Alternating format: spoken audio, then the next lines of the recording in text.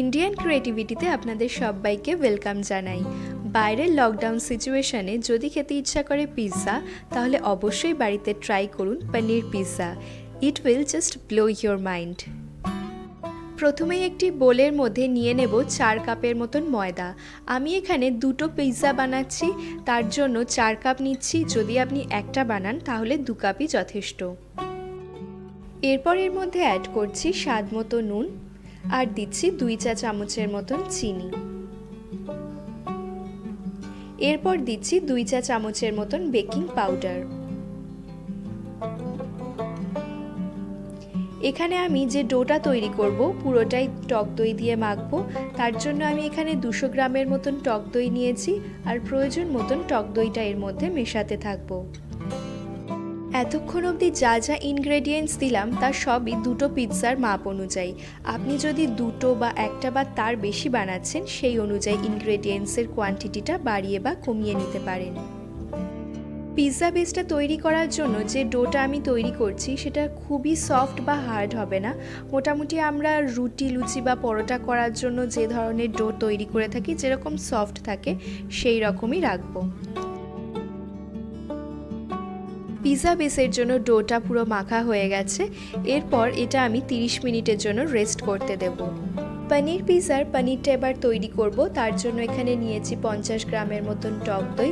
এর মধ্যে অ্যাড করছি 1 চা চামচের মতন হলুদ গুঁড়ো, 1 চা চামচ জিরে গুঁড়ো, 1 চা চামচ শুকনো লঙ্কার গুঁড়ো আর 1 চা চামচ গরম মশলা গুঁড়ো। এরপর এর মধ্যে একটা লেবু অর্ধেক করে নিয়ে তার অর্ধেক রসটা পুরোটাই এর মধ্যে অ্যাড করে দিচ্ছি। এরপর দিচ্ছি 1 চা চামচের মতন চিনি আর দিচ্ছি স্বাদ মতো নুন। সমস্ত উপকরণগুলো ভালো করে একটু মিশিয়ে নেব। সমস্ত ইনগ্রেডিয়েন্টসগুলো ভালোভাবে মেশানো হয়ে গেলে এর মধ্যে অ্যাড করে দেব কিউব করে কেটে রাখা পনির। আমি এখানে 100 গ্রামের মতন পনির নিয়েছি। ব্যাটারটার সাথে পনিরটা ভালো করে মিশিয়ে নেব। খেয়াল রাখবেন যাতে পনিরগুলো ভেঙে না যায়। আর এটা 15 মিনিটের জন্য রেস্ট করতে দেব। ডোটা মাখা হয়েছে 30 মিনিট মতন হয়ে গেছে। এরপর আমি পিৎজা বেসটা তৈরি করে নেব। প্রথমেই বলেছি আমি এখানে দুটো পিৎজা তৈরি করছি, তার জন্য এখানে ডোটা দুভাগে ভাগ করে নিলাম আর অল্প অল্প করে ময়দা ছড়িয়ে এটা একটা রাউন্ড শেপ দেব।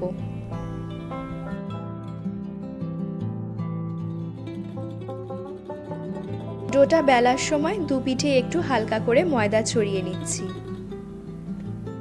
পিৎজা বেসটা প্রথমে হাত দিয়ে এইভাবে একটু স্প্রেড করে দিচ্ছি, তারপর বেলনি দিয়ে বেলে নেব।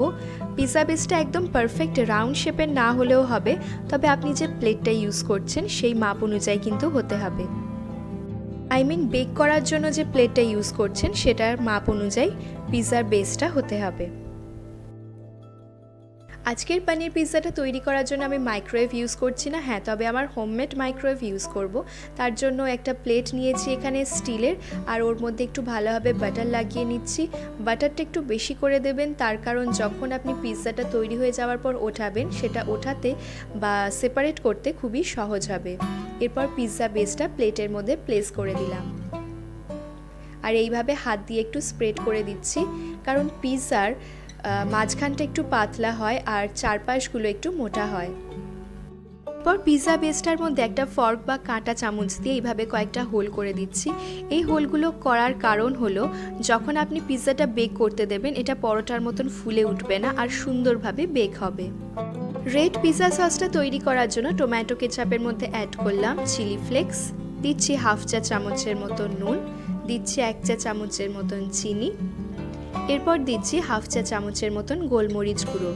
ভালোভাবে মিশিয়ে নিয়ে এর মধ্যে অ্যাড করছি 1/2 চা চামচের মতন কোচানো রসুন। ব্যাস, পিৎজা সস একদম রেডি। পনিরগুলো কোট করেছি 10 মিনিট হয়ে গেছে, তার জন্য আমি কড়াইতে সাদা তেল গরম হতে দিয়েছিলাম।